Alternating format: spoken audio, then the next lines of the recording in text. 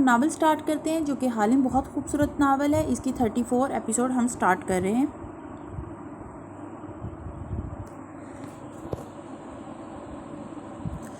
قریباً 1 کلومیٹر کے فاصلے پر شمال کی طرف یہ رین فارسٹ ختم ہو جاتا ہے. وہ اب سنجیدگی سے فاتح کو بتا رہی تھی. اس سے آگے درختوں کا سلسلہ ہے مگر وہ کسی جنگل کے درخت لگتے ہیں.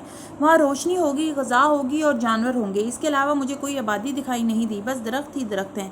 یعنی ہمیں کل صبح ہوتے ہی شمال کی طرف سفر کرنا ہوگا. ایک دفعہ ہم جنگل پہنچ جائیں آگے کوئی راستہ مل ہی جائے گا. وہ پوری امید لگ رہا تھا. رین فارسٹ اور جنگل میں فرق یہ ہوتا ہے کہ جنگل میں درخت ذرا فاصلے پر ہوتے ہیں، اس لیے آسمان دکھائی دیتا ہے اور سورج کی روشنی زمین تک پہنچ سکتی ہے. یوں زمین میں پودے اور جھاڑیاں خوشی خوشی نشوونما پاتے ہیں. مگر رین فارسٹ کے درخت اتنے گنجلک ہوتے ہیں، اوپر جا کے اتنے گھنے ہو جاتے ہیں کہ ان کی کینوپی سی بچ جاتی ہے.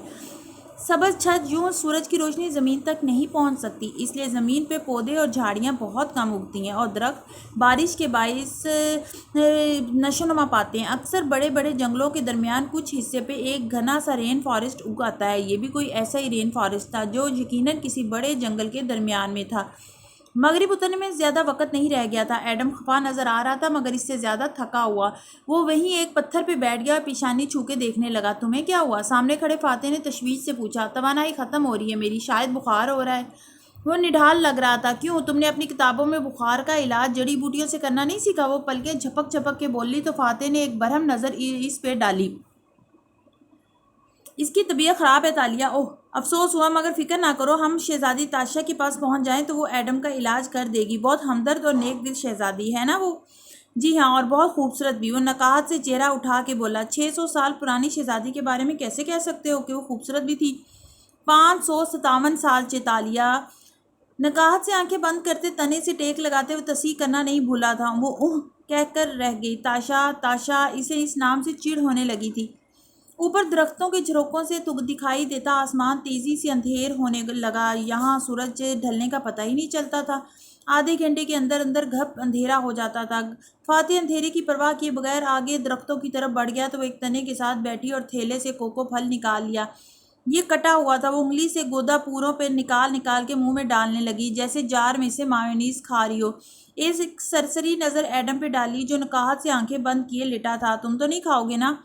ایڈم نے آنکھیں کھول کے ناراضگی سے اسے دیکھا. بہت شکریہ چیتالیہ، میں نہیں کھاؤں گا.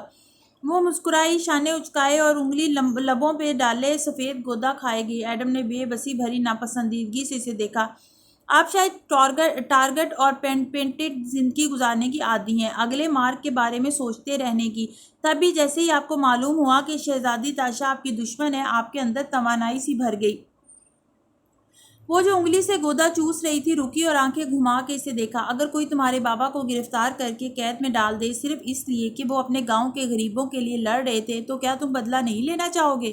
اور آپ بدلہ کیسے لیں گی شہزادی تاشا سے؟ پہلے اپنے بابا کو اس کی قید سے چپکے سے نکال لاؤں گی اور پھر؟ وہ کچھ سوچ کے مسکرائی، نچلا لب دانتوں سے دبا لیا. شہزادیوں کے پاس بہت زیور ہوتا ہے، سونے چاندی، ہیرے، زمرد، یاقوت. اس کے منہ میں جیسے پانی بھر آیا. شہزادی تاشا سے اس سے اچھا بدلہ کیا ہوگا کہ اس کا سارا زیور اس سے چھین کے اس کو کلاش کر دیا جائے. یا اللہ چیتالیہ! ایڈم نے بے اختیار پیشانی چھوئی. آپ نے کہا تھا آپ چوری چھوڑ دیں گی مگر آپ ابھی بھی شہزادی کے ہیرے جواہرات کا لالچ رکھے ہوئے ہیں.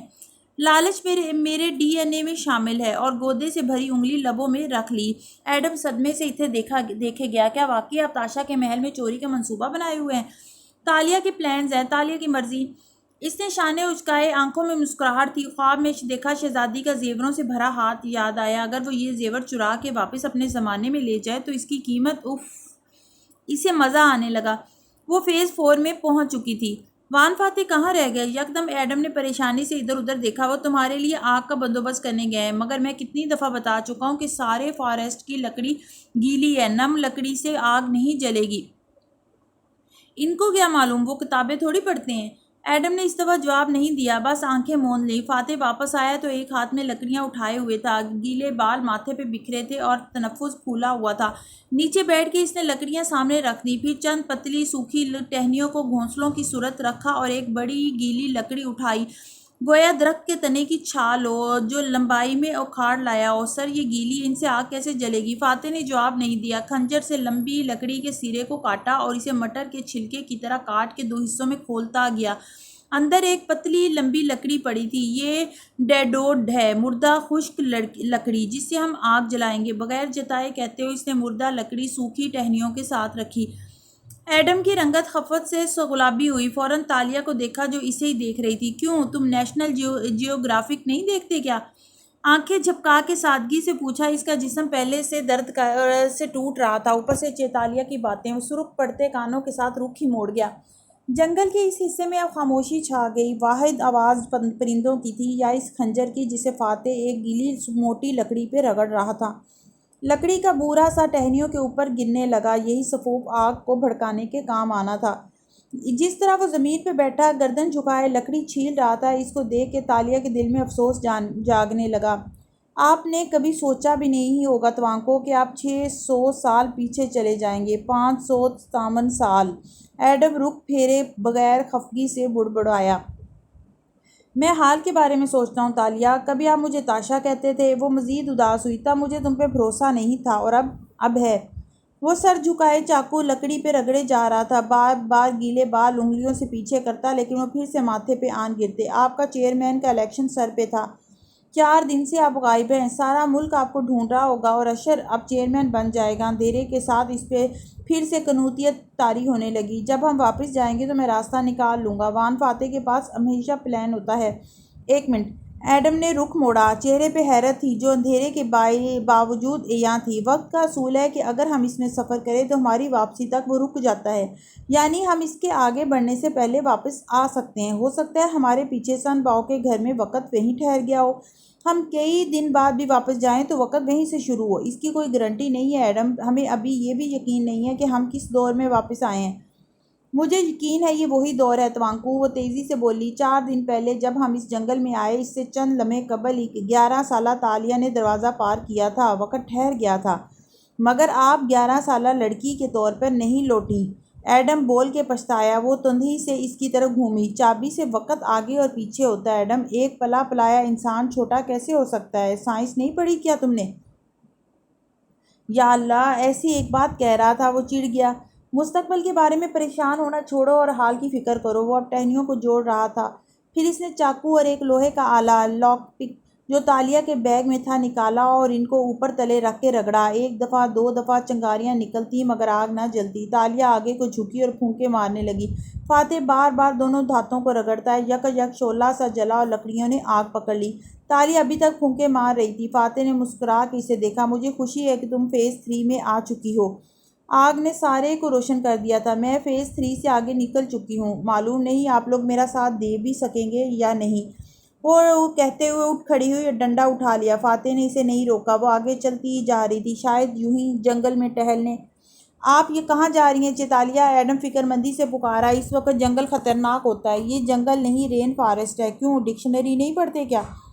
وہ بے نیازی سے آگے بڑھ گئی۔ ایڈم نے مٹھیاں بھینچ لیں۔ جب ہم واپس جائیں گے تو پہلا کام چیتالیہ کو پولیس کے حوالے کرنے کا کریں گے۔ وہ جو ایڈم کے تھیلے سے پتے نکال کے ان کا معائنہ کر رہا تھا دھیرے سے ہنس پڑا۔ وہ چوری چھوڑ چکی ہے ایڈم۔ ایڈم نے تڑپ کے اس کی طرف چہرہ موڑا۔ آپ کی اطلاع کے لیے وہ شہزادی تاشا کے بدلے کے طور پر اس کا زیور چرانا چاہتی ہے۔ وہ اب بھی چوری کا ہی سوچ رہی ہے سر۔ ہم اس وقت ایک کرائسس میں ہیں ایڈم۔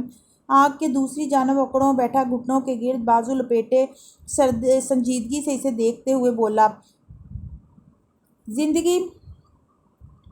ہم زندگی کے اس فیز میں داخل ہو چکے ہیں جہاں زندگی کے کچھ کرائسس جنگل کی مانند ہوتے ہیں،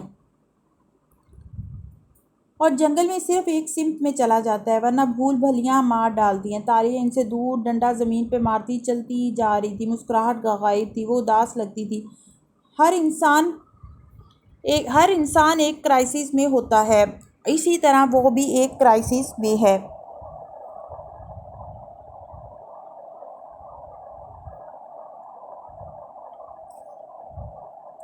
بعض دفعہ اپنے برے وقت کو کاٹنے کے لیے اسے لالچ کا سہارا لینا پڑتا ہے۔ وہ ایک درخت تلے جا ٹھہری اور گردن اٹھا کے اوپر دیکھنے لگی۔ انسان کو ایک فینٹیسی چاہیے ہوتی ہے، کچھ ایسا جس کی تکمیل اس کو متحرک رکھے۔ دنیا والوں کے نزدیک وہ فینٹیسی، وہ ناممکن خواب بری چیز ہو سکتا ہے، لیکن جو انسان اس جنگل میں گھرا ہوتا ہے، اس کے لیے واحد روشنی وہی فینٹیسی ہوتی ہے۔ اب وہ درخت کے تنے سے سر ٹکائے کھڑی اوپر دیکھ رہی تھی، آنکھیں اداس تھیں، ہاتھ دل پہ رکھا تھا۔ تو اگر کبھی انسان صرف چلتے رہنے کی غرض سے کسی اچھوتی چیز کی خواہش دل میں زندہ رکھے، کوئی خواب، کوئی فینٹیسی جس کا انتظار، جس کے ملنے کی تمنا اسے امید دلائے اور اس کے قدم مثبت سمت اٹھتے رہیں، تو اٹس اوکے، کبھی کبھی خود کو تھوڑی رعایت دے دینی چاہیے۔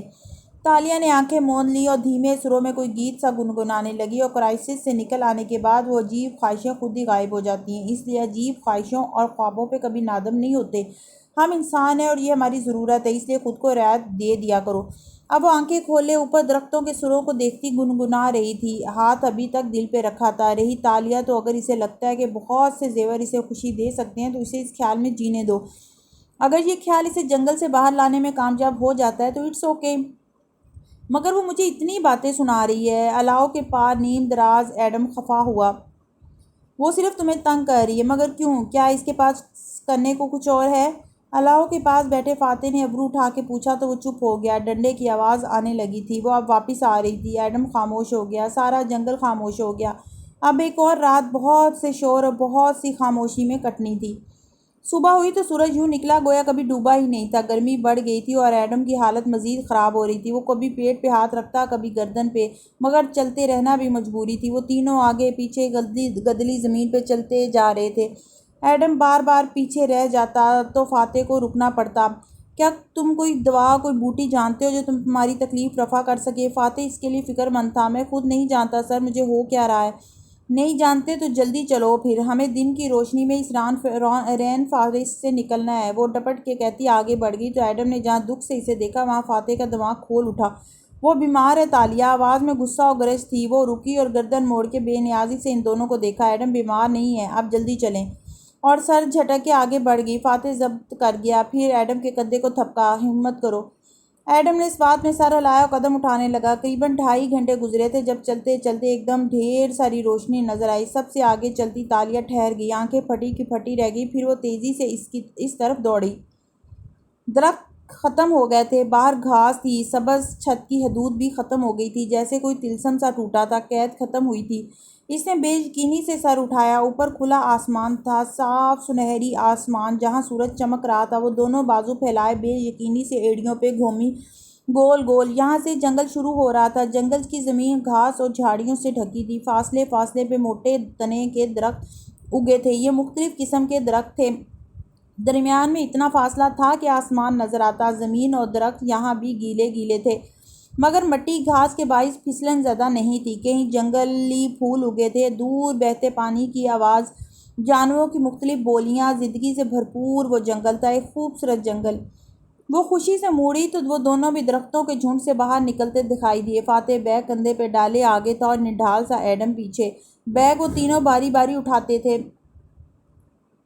ابھی ایڈم کی باری تھی اور تالیہ نے ایڈم کو بیگ پکڑا بھی دیا تھا، مگر فاتح نے وہ اس سے لے لیا تھا۔ چلیں، ہم نے اس طرف جانا ہے، میں نے اوپر سے دیکھا تھا، اس طرف آگے جنگل کم گھنا ہو جائے گا، وہ اشارہ کرتے ہوئے بولی تو فاتح کو اسے ٹوکنا پڑا۔ تالیہ، ہمیں ٹھہرنا ہوگا، ایڈم مزید نہیں چل سکتا۔ کیوں؟ وہ ایڈم کی طرف گھومی اور کمر پہ ہاتھ رکھے سر سے پیر تک اسے دیکھا۔ کیونکہ اگر اس کی جگہ تم بیمار ہوتی تو بھی میں یہی کرتا۔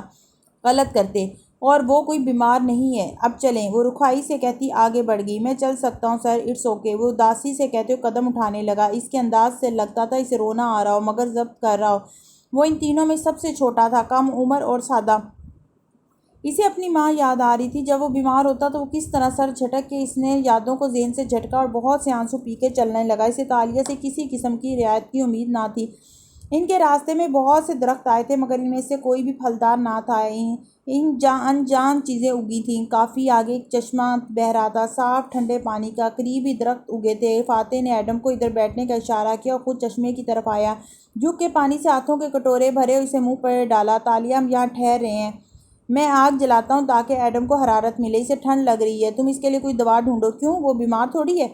وہ نروٹھے پن سے کہتی اٹھی، اپنا خنجر نکالا اور ایک طرف چل دی۔ فاتح نے برہمی سے مڑ کے اسے دیکھا، وہ دور جا رہی تھی۔ وہ سر جھٹک کے اپنے اوپر پانی ڈالنے لگا۔ جنگل میں شدید خارش اور الرجی سے بچنے کے لیے بار بار خود کو پانی سے دھونا بہت ضروری تھا، مگر یہ پانی بھی تالیہ پہ آیا غصہ کم نہیں کر پا رہا تھا۔ ایڈم بن محمد نکہت سے آنکھیں موندے ایک درخت سے لگا بیٹھا تھا۔ فاصلے پہ فاتح ایک دوسرے درخت کے تنے سے ٹیک لگائے چند جنگلی پھول اپنے ہاتھ پہ رگڑ رہا تھا۔ کبھی کسی کو سونگھتا، کسی کو پھینک دیتا، فکر مندی سے بار بار ایڈم کو دیکھتا جس کی گردن اب ڈھلکی ہوئی تھی۔ ان دونوں کے درمیان الاؤ جل رہا تھا۔ یکایک بارش کی بوندیں ٹپ ٹپ برسنے لگی۔ اس نے بوٹیوں کا تھیلا پرے ڈال دیا اور خود بے بسی سے ٹیک لگا لی۔ بارش نے چند لمحوں میں ہی الاؤ بجھا دیا۔ تب قریب آتے قدموں کی آواز سنائی دی۔ اس نے گردن نہیں موڑی، جانتا تھا کہ وہ تالیہ ہی ہے، بس سامنے دیکھتا رہا۔ پیچھے کہیں سے تالیہ کے آنے کی آواز آ رہی تھی، وہ کچھ گھسیٹ کے لا رہی تھی۔ کن اکھیوں سے نظر آ رہا تھا کہ تالیہ ہرن کے ایک بچے کو گھسیٹ کے لا رہی ہے۔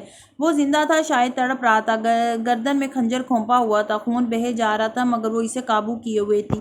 بدک کھینچتی وہ اسے فاتح کے سامنے لائی اور اس کی گردن پہ اپنا کیچڑ آلود پیر رکھ کے بیٹھی اور چاقو اس کی گردن سے نکالا۔ خون بل بل بہنے لگا۔ فاتح خاموشی سے اسے دیکھے گیا۔ اس کے منہ پہ مٹی لگی تھی اور الجھے سنہرے بال گرد آلود تھے۔ چہرے پہ زخم کے نشان بھی تھے اور چبھتی ہوئی نظریں فاتح پر جمی تھی۔ ہرن اس کی گرفت میں کسمسا رہا تھا، پھر پھڑپڑا رہا تھا، مگر تالیہ نے اپنا پاؤں اس کی گردن پہ جما رکھا تھا۔ آپ نے مجھ سے پوچھا تھا، یاد ہے؟ وہ نظریں اس پہ جمائے کیچڑ پہ رکھا چاقو اٹھاتے ہوئے مصنوعی سا غرائی کہ تاشا تمہاری ٹیلنٹ کیا ہیں؟ تمہاری زندگی میں کامیابیاں کیا ہیں؟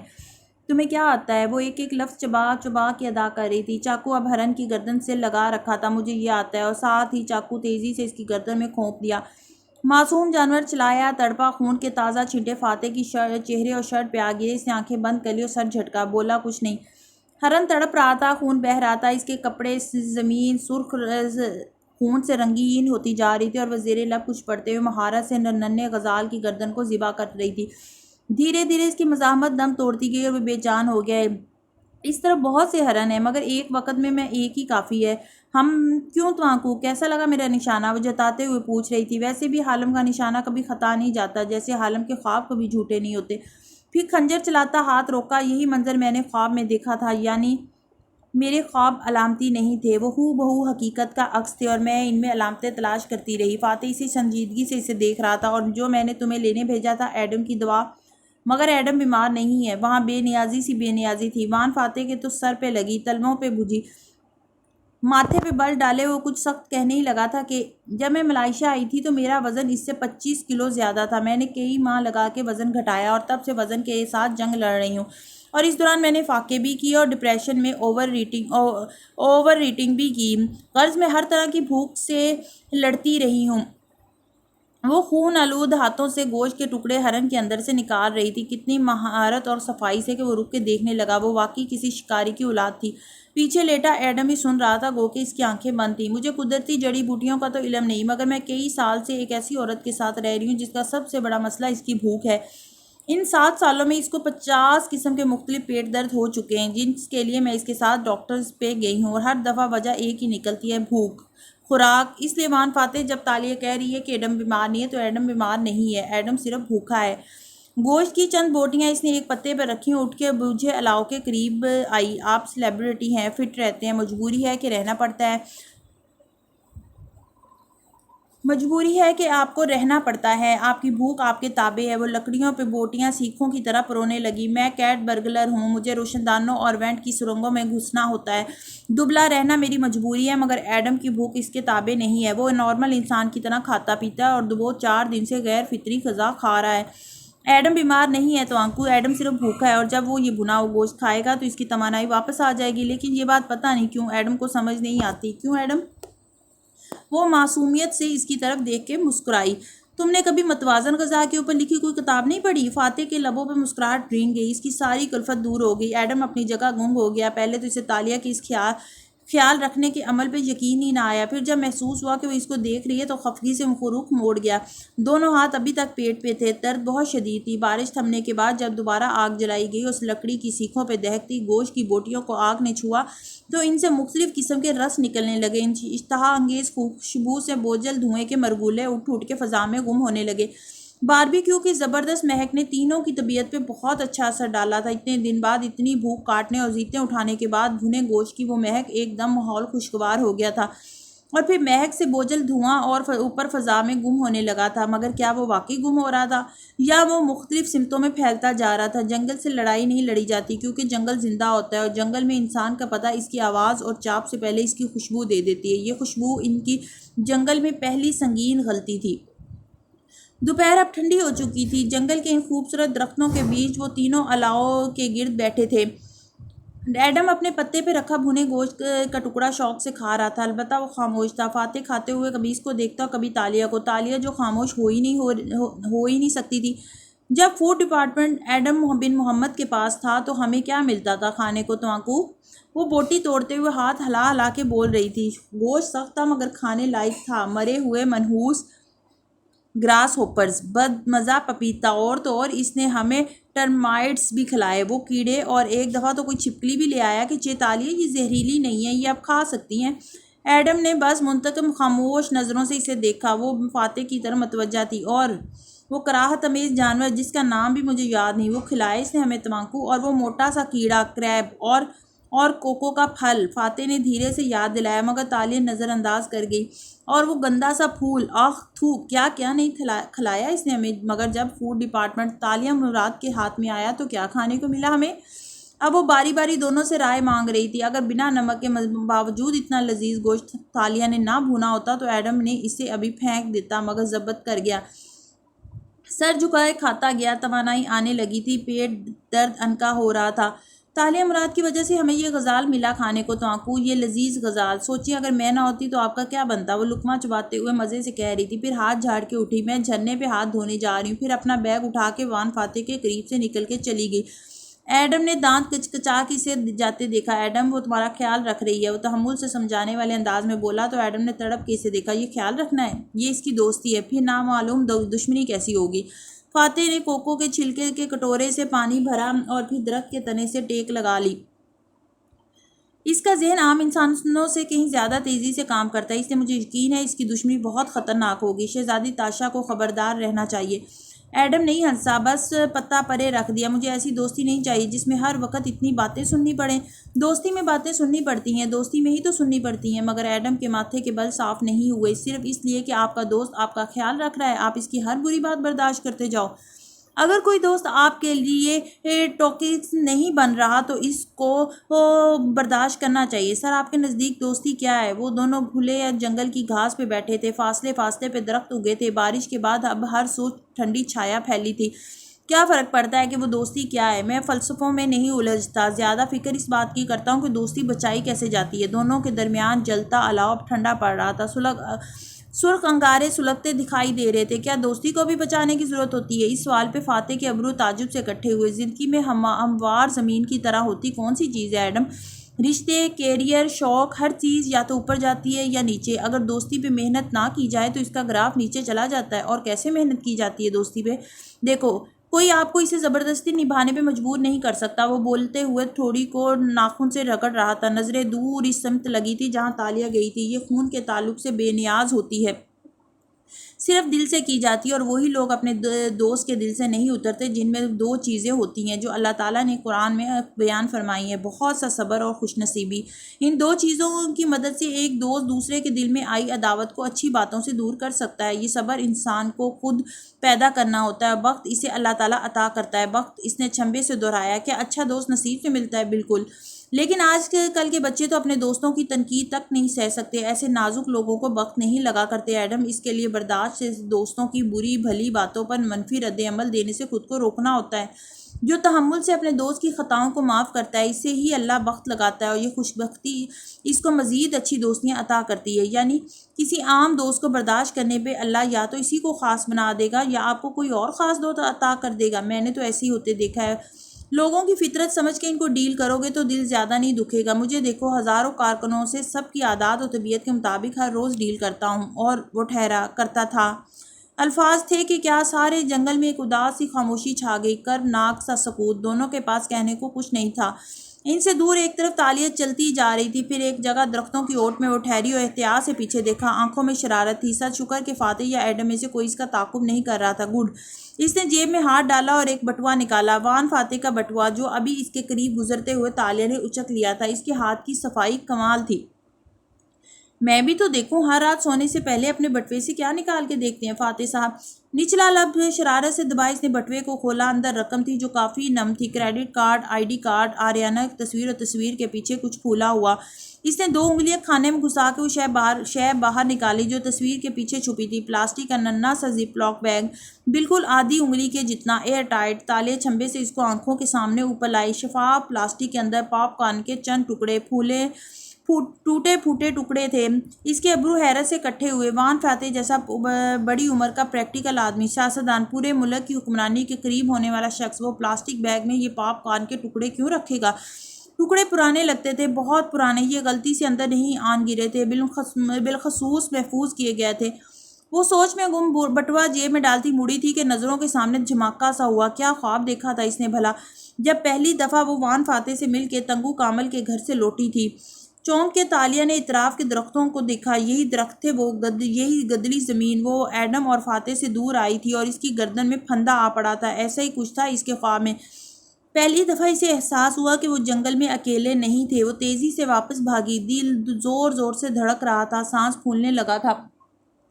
پیچھے جنگل کے اس حصے میں ویسا ہی سکون تھا. فاتح درخت سے ٹیک لگائے آنکھیں موندے ہوئے تھا اور ایڈم سستی سے سر تلے بازوؤں کا تکیہ بنائے ہوئے تھا. جب ان دونوں کے قریب آتے قدموں کی آواز سنی, کیا معلوم چیتالیہ اس دفعہ کوئی شیر شکار کر لائی ہو. ایڈم جل کے بولا تھا. فاتح ہلکا سا ہنس دیا اور آنکھیں کھول کے گردن گھمائی. درختوں کے پار سے قدم نزدیک آتے سنائی دے رہے تھے. ٹہنیاں ہٹاتے, ہاتھ پیچھے سے نکلتے سراپے, 2 سے زیادہ قدم, مردانہ قدم. فاتح کی مسکراہٹ غائب ہوئی. خطرے کی گھنٹی بجی. ایڈم وہ تیزی سے اٹھا مگر تب تک دیر ہو چکی تھی. آنے والے ان کے سروں پہ پہنچ چکے تھے. وہ 3 آدمی تھے, لمبے بال, سانولی رنگت, ماتھے پہ پٹی اور پاجامے کے اوپر بنا آستین کے قمیض پہنے, ایک سے ہوئے حلیے اور ہاتھوں میں خمدار چمکتی تلواریں. ان دونوں کو دائرے کی صورت گھیرا اور تلواریں ان کی طرف تان لیں. فاتح نے احتیاط سے ان کو دیکھتے ہاتھ آہستہ آہستہ اوپر اٹھا دیے. ایڈم بھی تیزی سے سیدھا ہوا, ہاتھ جیب تک گیا جس میں پستول تھا. ایڈم کوئی بے وقوفی مت کرنا, یہ ہمارے جیسے لوگ نہیں ہیں. اس نے دبی آواز میں انگریزی میں گھرکا. ایڈم نے ہاتھ کھینچ لیا. تب ان تینوں میں سے ایک غرا کے کچھ بولا. ایڈم جو دھیرے سے ہاتھ اٹھائے سیدھا ہو رہا تھا, ٹکر ٹکر ان کے چہرے دیکھنے لگا. وہ آدمی پھر سے کچھ غرایا اور ان پہ تانی تلوار آگے کی. اور وان فاتح کو احساس ہوا کہ اسے ایڈم سے انگریزی میں بات کرنے کی ضرورت نہیں تھی, کیونکہ اگر وہ ملے بھی بولتا تو وہ تب بھی ان کی بولتی نہ سمجھ سکتے. بھلے ملک وہی تھا, زبان وہی تھی, قوم وہی تھی, مگر 600 سال پہلے کی ملے زبان مختلف تھی. لہجہ, الفاظ, سب کچھ جدا.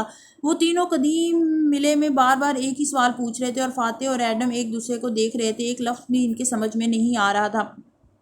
ہم مسافر ہیں, راستہ بھٹک گئے ہیں. فاتح نے ہاتھ فضا میں بلند کیے کہنے کی کوشش کی. ان کا سرگنا جس کے چہرے پر زخم کا کوس نما نشان تھا, ناسمجھی سے اسے دیکھنے لگا. پھر دوبارہ اپنی بات دہرائی جیسے اب غصے میں آ رہا ہو. درختوں کے جھنڈ میں سے تالیہ دوڑتی چلی آ رہی تھی. ان سے کچھ دور وہ ٹھہر گئی, پتوں سے لدی ٹہنی ہٹائی اور سامنے نظر آتا منظر دیکھا جہاں 3 افراد ان دونوں کو نرگے میں لیے تلواریں تانے کھڑے تھے. تالیہ کا سانس رک گیا. یا اللہ, وہ کیا کرے. اسے بے اختیار منہ پہ ہاتھ رکھ لیا. سرگنا اب چلا کے اپنی بات دہرا رہا تھا. تم کون ہو اور اس جنگل میں کیا کر رہے ہو؟ کیا تم اپنے مالک سے بھاگے ہوئے؟ جواب دو. فاتح نے بے بسی سے ایڈم کو دیکھ کے کندھے اچکائے جیسے سمجھ نہ پا رہا ہو وہ آدمی کیا پوچھ رہا ہے. درخت کی اور سے دیکھتی تالیہ کے ابرو کٹھے ہوئے. وہ اس زبان سے واقف تھی, وہ لہجہ, وہ الفاظ, یہی اس کے بابا بولتے تھے. ان خوابوں میں وہ ان کو بنا کسی دقت کے سمجھ سکتی تھی. تو یہ تھا وہ عجیب پن جو ان خوابوں میں تھا. صرف زمانہ نہیں, وہ زبان کا فرق تھا جو بتاتا تھا کہ کچھ غلط ہے. وہ تینوں اب آپس میں کچھ کہہ رہے تھے. یہاں تک آواز نہیں آ رہی تھی. فاتح نے دفتن ہاتھ دھیرے سے گراتے ہوئے مصالحتی انداز میں بات کرنے کی کوشش کی. میں یہاں جنگل میں راستہ ڈھونڈنے, مگر سرگنا نے تیزی سے تلوار اس پہ تان لی تو اس نے اوکے اوکے ریلیکس کہتے ہوئے دوبارہ ہاتھ اٹھا لیے. ان جنگلیوں کا کیا بھروسہ, وہ تلوار چلا ہی دیتے. تالیہ نے جیب سے خنجر نکالا اور ایک آنکھ بند کیے تاک کے نشانہ باندھا. سرگنا کے کندھے کا نشانہ, پھر مہارت سے خنجر والا ہاتھ فضا میں بلند کیا اور کسی نے پوری قوت سے اس کے سر کی پشت پہ ضرب دے ماری. اس کا ہاتھ فضا میں ہی رہ گیا. خنجر پھسل کے نیچے جا گرا اور اسے اپنا وجود کسی کٹی ٹہنی کی طرح زمین میں گرتا ہوا محسوس ہونے لگا. اندھیر گھپ اندھیر. وہ آنکھیں کھولنے کی کوشش کر رہی تھی مگر درد کی شدت سے وہ کھل کے ہی نہیں دے رہی تھی. سر کسی لکڑی سے ٹکا رکھا تھا اور جسم ہوا میں جھول رہا تھا, گویا وہ کسی چلتی چیز پر سوار ہو اور سواری تیزی سے آگے راستے پہ بڑھ رہی ہو. اس کا جسم ساتھ ساتھ ہل رہا ہو, ہلکے ہلکے جھٹکے. اس نے پلکیں بدک کھولی, ذرا سی جھری سے روشنی نظر آئی, پھر وہ بوجھ سے واپس گر گئیں. سخت نیند میں پلکیں اٹھانا بہت پرمشقت کام لگتا ہے، مگر کانوں میں آتی آواز نے اس کو جگا دیا۔ 11 سالہ تالیہ نے آنکھیں کھولی تو کمرے میں گھپ اندھیرا تھا۔ اس نے ادھر ادھر دیکھا۔ یتیم خانے کے اس کمرے میں 2 بینکر رکھے تھے، جن میں اوپر تلے 4 بستر بچھے تھے۔ باقی 3 لڑکیاں اپنے اپنے بستروں میں سو رہی تھیں۔ صرف اوپری بینکر میں لیٹی تالیہ تھی جو آواز سے جاگ گئی تھی۔ کمرے کا دروازہ کھلا تھا، باہر راہداری سے روشنی آ رہی تھی۔ تالیہ نے لیٹے لیٹے گردن دروازے کی سمت موڑی۔ وہاں 2 ہیولے کھڑے تھے، 2 عورتیں دھیمی آواز میں بات کر رہی تھیں۔ اس کا دماغ اس زبان کو سمجھ نہیں پا رہا تھا جو وہ بول رہی تھی۔ کیا وہ اپنے نام کے علاوہ کچھ بھی نہیں بتاتی ماریا؟ ایک نے دوسری سے پوچھا۔ تالیہ نے خاموشی سے لیٹی وہ انجان زبان سنے گئی۔ اس نے صرف اپنا نام بتایا اور پھر اس نے چند باتیں کیں۔ مجھے کچھ سمجھ نہیں آیا سوائے چند الفاظ کے۔ وہ عجیب لہجے میں بولتی ہے، شاید کوئی علاقائی زبان ہے۔ تمہیں کیا سمجھ آیا؟ میرا گاؤں، گاؤں کے لوگ مر جائیں گے، باپا کا ذکر، مدد۔ مجھے خالی جگہ خود پر کرنی پڑی۔ اور دوبارہ وہ کچھ نہیں بولی۔ نہیں، ایسا لگتا ہے وہ سب کچھ بھول گئی ہے، مسز ماریا اداسی سے بولی۔ پولیس نے بھی کوئی سراغ نہیں لگایا۔ بچی کی تصاویر ٹی وی تک پہ دیں، اخباروں پہ بھی لگوائی ہیں، مگر ایسے لگتا ہے وہ آسمان سے گری ہے، زمین سے اگی ہے، کیونکہ اسے لینے کوئی نہیں آیا، نہ ہی کوئی جانتا ہے۔ نیم اندھیرے میں کھڑے دونوں ہیولے باتیں کر رہے تھے۔ اوپر بینکر پہ کروٹ کے بل لیٹی لڑکی سن رہی تھی، مگر ان کی بات سمجھ نہیں پا رہی تھی۔ کیا وہ کھاتی پیتی ٹھیک ہے؟ ہاں، وہ کھانا پینا تو نہیں بھولی، اپنے کام بھی خود کرتی ہے، سمجھدار ہے، بس باقی باتیں بھول گئی۔ کل جب میں کھانے کی میز کے ساتھ سے گزری تو میں نے دیکھا ماریا وہ اپنی کلائی کو بار بار چھو کے دیکھ رہی تھی، جیسے کوئی لڑکی اپنے کڑے کو مس کرتی ہے، ایسے ہی کچھ دیکھ رہی ہوگی، آپ زیادہ سیریس نہ لیں، مسز ماریا جلدی سے بولی۔ کھڑے کھڑے انہوں نے پہلو بدلا۔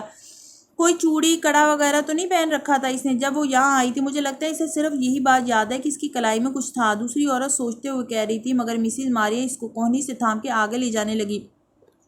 آپ تالیہ کی فکر نہ کریں، وہ میری ذمہ داری ہے، میں اسے کسی اچھے ڈاکٹر کو دکھاؤں گی اور انشاءاللہ اس کی یادداشت واپس آ جائے گی۔ جاتے جاتے مسز ماریا نے دروازے کو بند کر دیا۔